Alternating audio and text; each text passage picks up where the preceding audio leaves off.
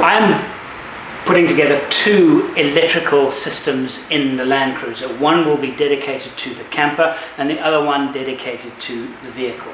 Because the camper is detachable, I might do some traveling without the camper, just the vehicle. And I'll still need to charge my camera batteries and have a full set of electrical tools available to me. So this that I'm designing here will go behind the back seat of the dual cab, and the separate one, we'll talk about that separately, the installation that is going to be put into the camper canopy, which will do a similar but not the same job. And this part of the build I'm going to share a lot with you because it's the DIY part. It's the part that I actually enjoy the most. It's all very well throwing money at something and watching somebody else fit some nice equipment to your vehicle. To me, it's a different matter altogether, and it's a huge amount of fun designing something and building it yourself. And if you don't weld, particularly if you don't weld aluminium, which is quite a challenge to weld, it's highly specialized, but you have basic DIY skills, you can do an electrical installation on your own.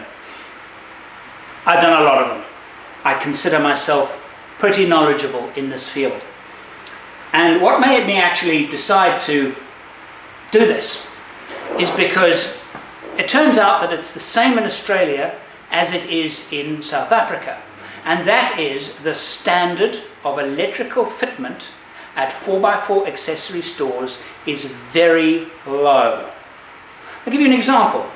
This here is the Brad Harrison or Anderson plug connection for high current DC. And you can use it for any heavy load that needs to be connected one to the other. For example, a trailer. In fact, a trailer would normally actually be even larger than this. But this is the kind of connection. And I've dismantled it, and this here comes from a very well-respected 4x4 accessory store. Let me just show that to you close up so you can actually see. Can you see that? Now that there is a crimp.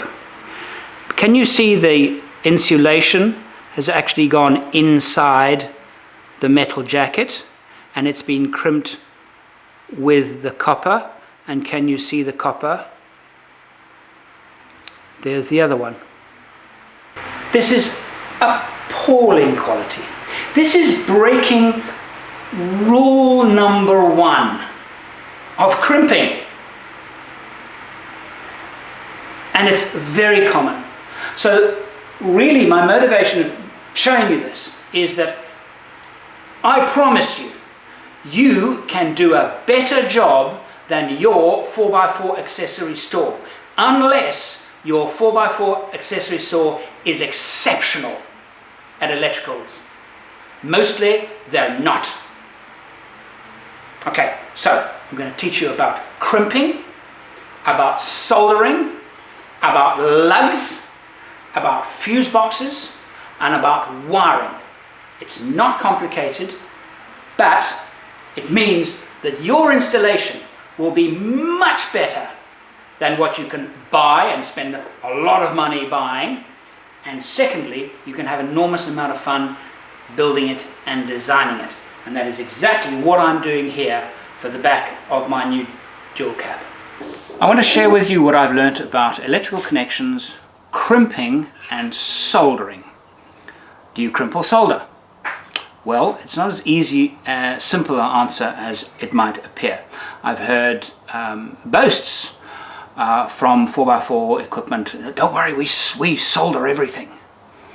Well, I'm afraid that tells me that you actually don't quite understand the difference, because if you look at any electrical connection, anywhere, even AC, DC, obviously we're DC, working 12 to 14 volt range, and currents, big solar array can produce 30 amps, a winch 450 amps plus, so, and then of course smaller items much less than that. So we're looking at big current to small. Think about all of the pieces of equipment that you've seen has it been soldered or crimped? The winch cables, for example. They're never soldered, ever, because they're very high current. Solar connections, you will find, generally speaking, they're not soldered, they're crimped. Low current, for example, the insides of an inverter, it's all solder, okay, except for the input, which is crimped. A typical cable for an inverter. So this is a 1000 watt inverter. Those are not soldered, they're crimped. They're most definitely not soldered. The reason for that is that solder, by comparison, has a higher resistance. In other words, if you're going to get current, if you're going to get losses through every connection you make, that is made on this application, there are losses every time there is a connection. Some efficiency is lost. So when we make a connection, when we do a crimp, we must make sure that we're not adding to the losses by doing a bad crimp. Okay, so electrical, if you're doing electrical work and you're using this kind of crimp, you can get yourself a crimper that looks like this. If you've got one of those,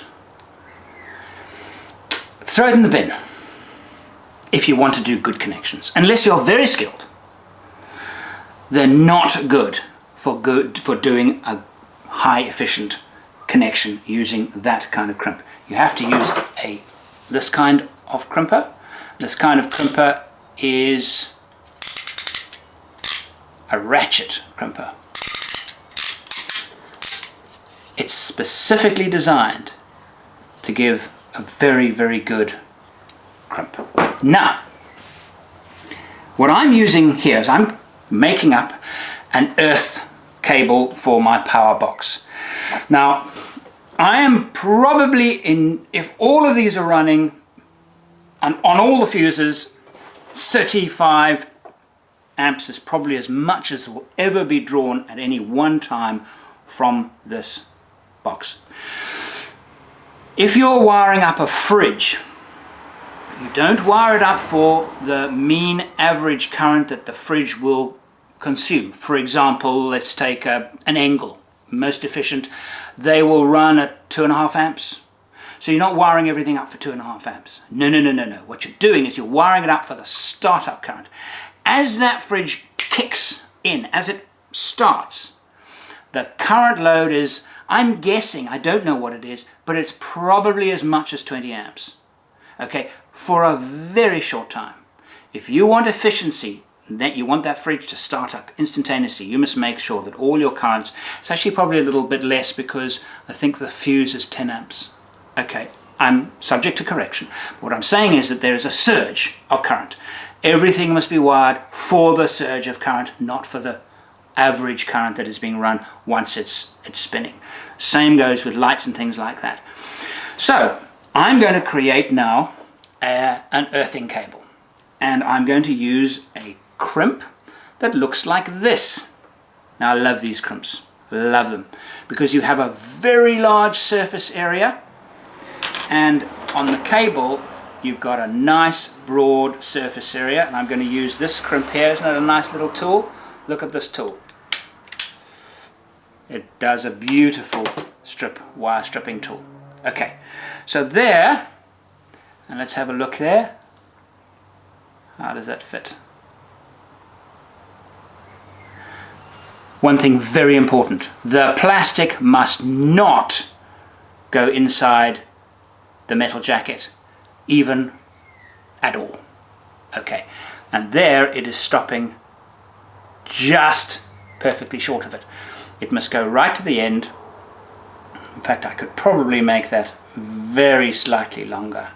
Right, I've lengthened that very slightly so it fits like that. Right, what I'm also going to do is I'm going to put in a plastic heat shrink sleeve. Why do we do heat shrink sleeves? There are two main reasons. It helps insulate. It does prevent moisture to a degree. But the most important thing is that if there is any bending, any flex, it will reduce the flex at that point there that is the most vulnerable and where cracking and breaking can occur. Make sure that that goes all the way up, and then we'll do that later after we've set the crimp. And that's a nice earth cable. Right, now, so what I've got to do here is I've got a crimping tool. This kind of crimping tool, they also come in hydraulic forms. They will basically squeeze the crimp. Okay, they're very effective. I lock it into the jaws like that. I put that in, and then with my other arm I squeeze.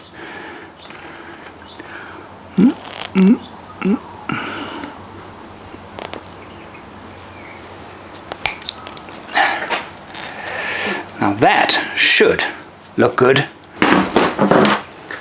Right, and there it is. It doesn't look perfect.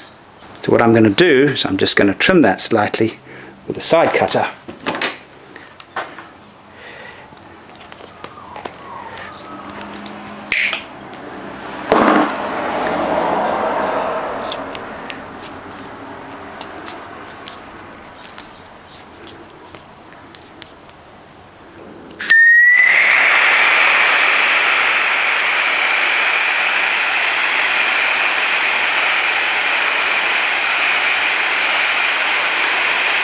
Now, shrink tubing, heat shrink tubing, nice clean finish. What it also does, and this is very important, is that it makes this whole thing rigid. So if I now bend it, it's not bending at the point where the cable enters the crimp, because that's where it could crack. It's bending over the whole area. So now, if there is any flex in here at all, it'll be over the entire length and not at that singular point. So it increases the structural strength of the connection significantly. And if you want your vehicle to do many, many years of very, very rough roads, you're going to be doing that with all of your high current connections. It helps a lot, and it looks good. Here is my power box. Isn't it nice? Now, it's aluminium. I've mounted it with a temporary mounting there, so if I need to remove it, I can, to work on it and add other items that I might want to add. I'm going to be putting also a solar regulator power point tracker in here, so I get so if I want to solar charge my batteries, I can, and it's already plumbed into the whole system. This is an amplifier for my audio. This is a battery charger, which is removable. It's on Velcro, and it plugs in there, so I've got a separate power lead that plugs in there. And this is the pure sine wave inverter.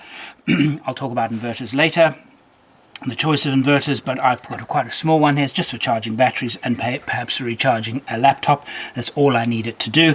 And this is the power box. And right down here, if you can see, there is that nice little earth cable that I made earlier on. Let's talk a bit about earthing. As you probably know, you should do, if you're going to be doing this kind of electrical work on your vehicle, that the body of the vehicle is negative earth, and that you don't really need to run earth cables, because the negative, you can just attach it to any part of the steel of the vehicle. Yes, you can do that, but it's not a good idea. And the reason for that is that when a vehicle gets old, you get what's known as a dry joint, a joint between a cable and, let's put it this way, let's keep it simple, don't do it. Don't rely on the earth of the vehicle, is really what I'm saying. Run separate cables. So in other words, if you're running a cable from the battery to this power box, I've run two cables, okay? And I've run earth, there's the earth there onto the body of the vehicle, there's an earth cable to my amplifier, there's the earth cable to my power box. I've run lots and lots of earths, and this too is earthed down there to the body of the car. So I'm using the vehicle's own earth, and I'm running separate earth cables for everything. So my advice is that when wiring up, no matter what you're doing, for example, let's put a radio in the roof console. You could wire the earth, the negative, to the body of the car. Don't. You can, but also run a negative to some kind of negative earth bus bar, some other way of grounding it. So you actually have two earths. It's a very common occurrence for electrical installations in overland vehicles that have got a bit of mileage under their belts, for electrical problems to be caused by earths. It's really, really quite common. So I highly recommend the use of, you've got your positive, you've got your earth running next to it all the way. Okay, let's talk a little bit about this stuff here. This is corrugated plastic tubing. What is it used for? Corrugated insulation comes in different sizes for different cable thicknesses. You can have a larger one if you've got lots of cables running together. You can bind them together and you can use this. It neatens them. It helps with fault finding because they're all, you might have a lot of cables all traveling together. And it's of course for protecting the cable against short circuit and vibration. And that's its primary use. But again, I'm sorry to hop on this, but this is what I've seen at a workshop. What they did is that they had wired the car with twin flex. They had done quite a good job with the fusing. It was a bit haphazard, but it was fairly thorough, and they had channeled this fairly light twin flex for lighting in a tent. And to run the cables, it had to go through various bulkheads. So what they would do is they would drill the bulkhead. Okay, they didn't clean up the joints either side. They didn't clean them up, so they were still jagged metal, ready to cut into the wire because they didn't clean it up. And they ran this very nice corrugated tube along the wiring until they came to the bulkhead. And they drilled a hole big enough for the cable, but not big enough for the corrugated tubing. So they didn't run the corrugated tubing through the hole. It's the hole where you need it. You don't need it most other places. You need it right there. If you had put a piece of corrugated along that entire cable length, only that long, and you had put it through that bulkhead, it would have done its job. That's what it's designed for. It's designed to stop chafing and movement in an area where this can be cut through or damaged by vibrations. So that's what they did. Why did they bother? They bothered because it looks good and the client wants it to look good. So my recommendation to you is that if you're having a 4x4 equipment center, anybody doing your electrics for you, that's the first thing you check. It's like a test. It's like it's the test for everything. If they're doing that properly, then there's a good chance that they're doing everything else properly too, because they understand. Look at the quality of their crimps and look at that. That alone, and if they're using shrink wrapping, is a very, very good sign. But those three things, okay, shrink wrapping and corrugated tubing looks good, but is it done properly? Okay. The other place to use corrugated is underneath the vehicle. I even saw a trailer manufacturer run cables from the tow bar to the rear lights with no protection at all. None. Unbelievable. Underneath the vehicle is particularly important. Any cable of any kind, it doesn't matter. It must be protected, and this is the best stuff to use because it's very easy to apply after the cable has been run. It has a split in it, Okay, so all of these, this particular kind of cable has a split in it, so you can add it later. All that's easier to do as you're doing the wiring, but you can add it later.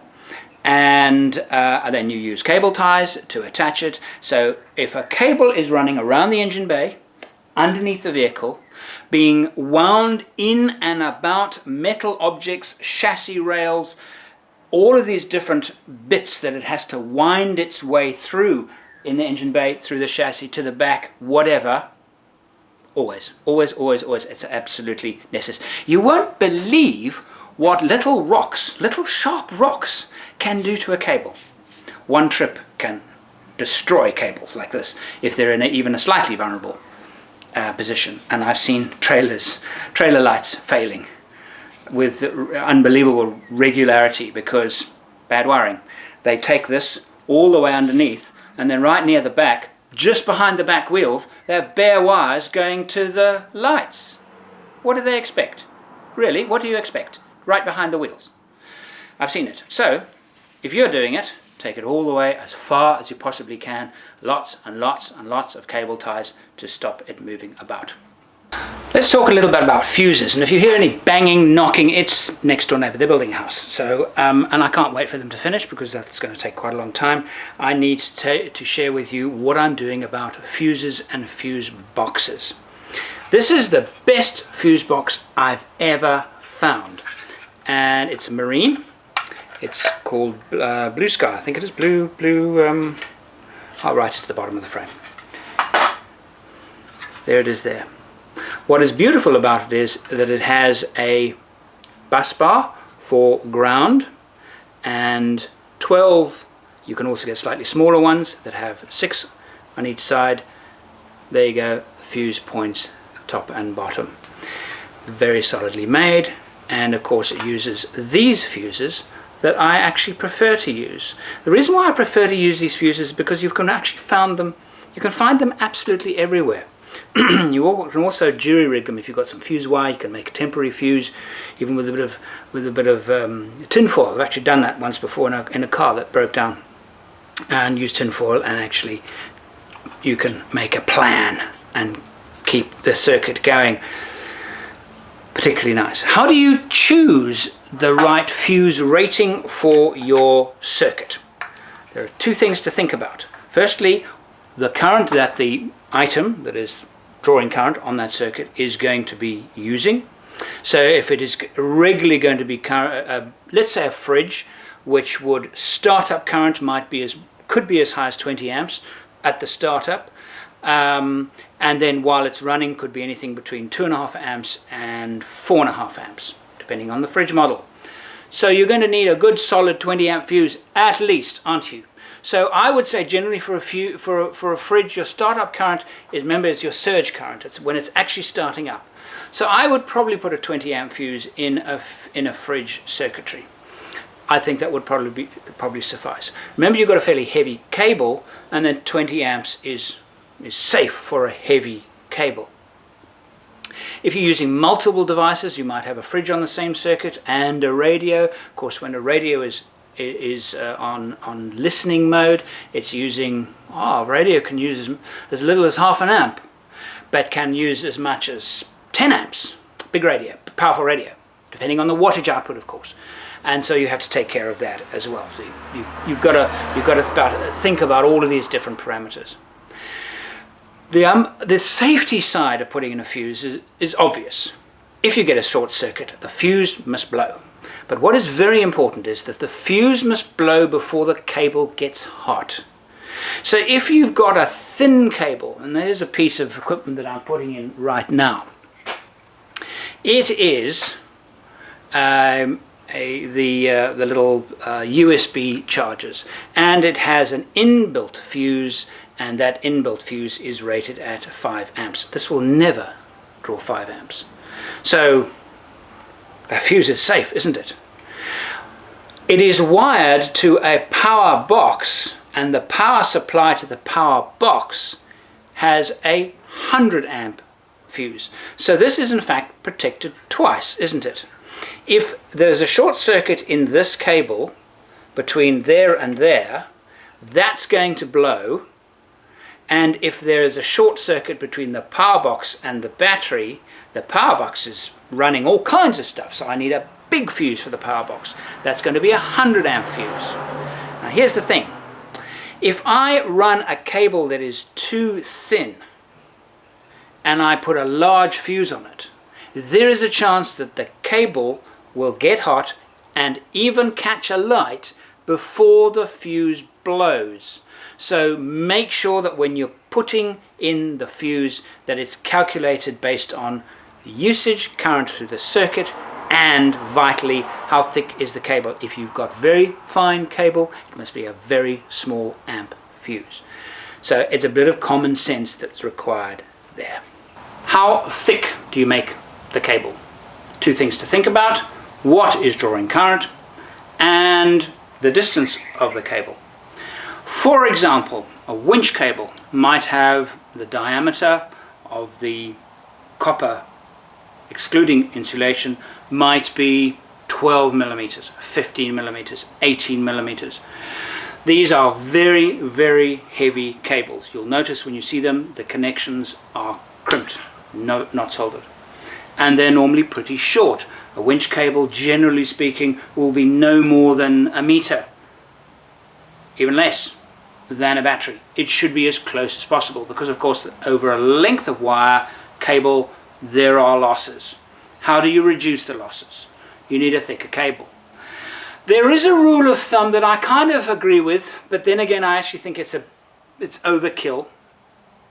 And that is, they say for every meter length it should be 1 millimeter. So 1 meter, it should be 1 millimeter core thickness, 2 meters, I don't actually agree with that because it's misleading. If I've got a fridge that needs a reasonably high startup current and I've got it a long way, I'm not going to start with, if I've got it close to the battery, I'm not going to start off with, if I'm 1 meter from the battery, 1 millimeter, it's not going to be enough, is it?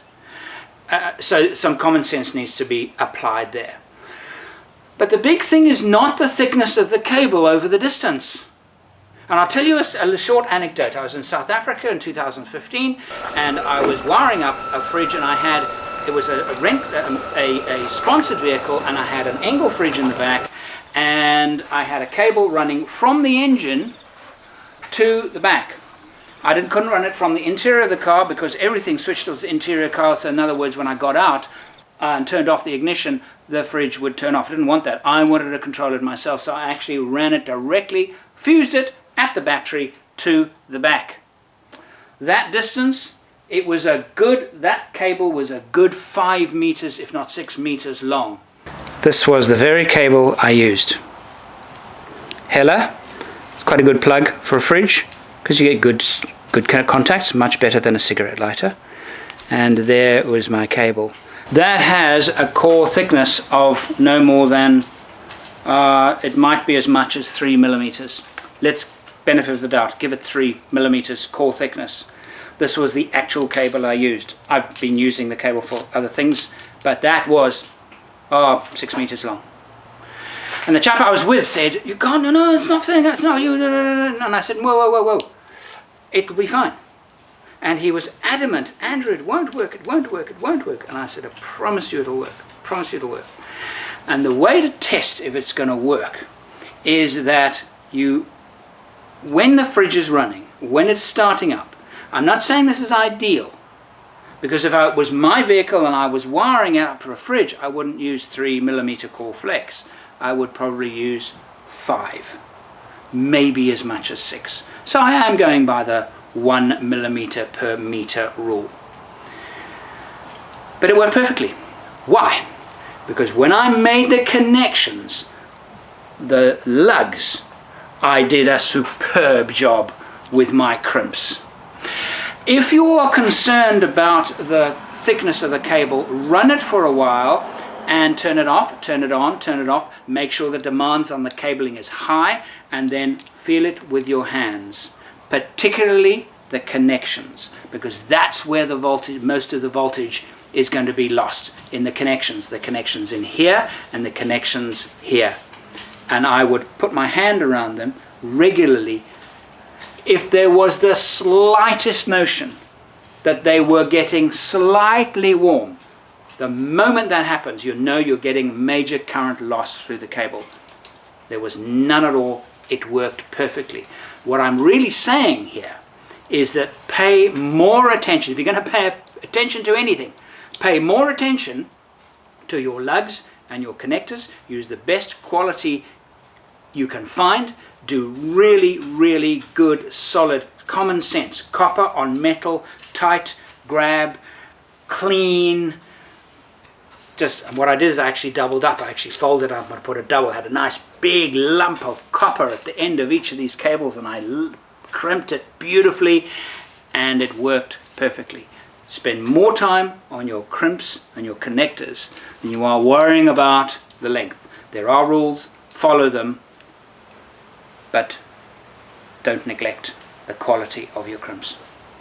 To conclude, I'd like to show you a little project that I completed while I was actually still in England in anticipation of my Land Cruiser.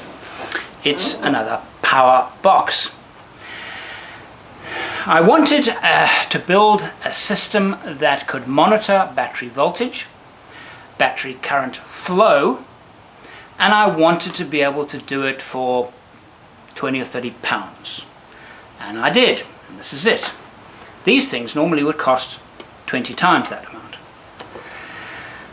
Let's explain it to you. There it is, there. Quite nice. 2 fuses, low current fuses, probably, I think if I remember, they are 2 amp each, for running my little monitor and for running USB. Okay. And I also have cigarette lighter and hella plug. Okay. This unit here is very clever. It costs me $10. £6. It monitors battery voltage by using a shunt. And this is it here. This is a shunt. You put this on the battery's auxiliary battery, mind you, negative, and then all of the other negative come off here, and another cable from here to there basically will tell this how much current is flowing through there. Normally ammeters to record current are in series. In other words, you'd have current coming out of battery, meter, current going out of meter. But we're talking about a lot of current here. So that's not really practical. It's also not very safe. Then you have to have lots of fuses all the way along the line. By using a shunt on the earth side, it's absolutely safe and just as accurate. So if I now plug in a solar power into my battery, this little $10 device will tell me how I'm doing. Is current coming into my battery, or are my fridges and chargers and everything not taking too much current out, and it'll give me a negative factor. So it's a simple, inexpensive way of monitoring your battery system. Why spend lots of money? And I made this myself. I think that is far more fun than going into the shops and just forking out cash on a system, because by building it yourself, and really it's very basic circuitry, you understand the system, and then if you're in the bush and it stops working and something stops working, because you've installed it, you know where to go to fix it.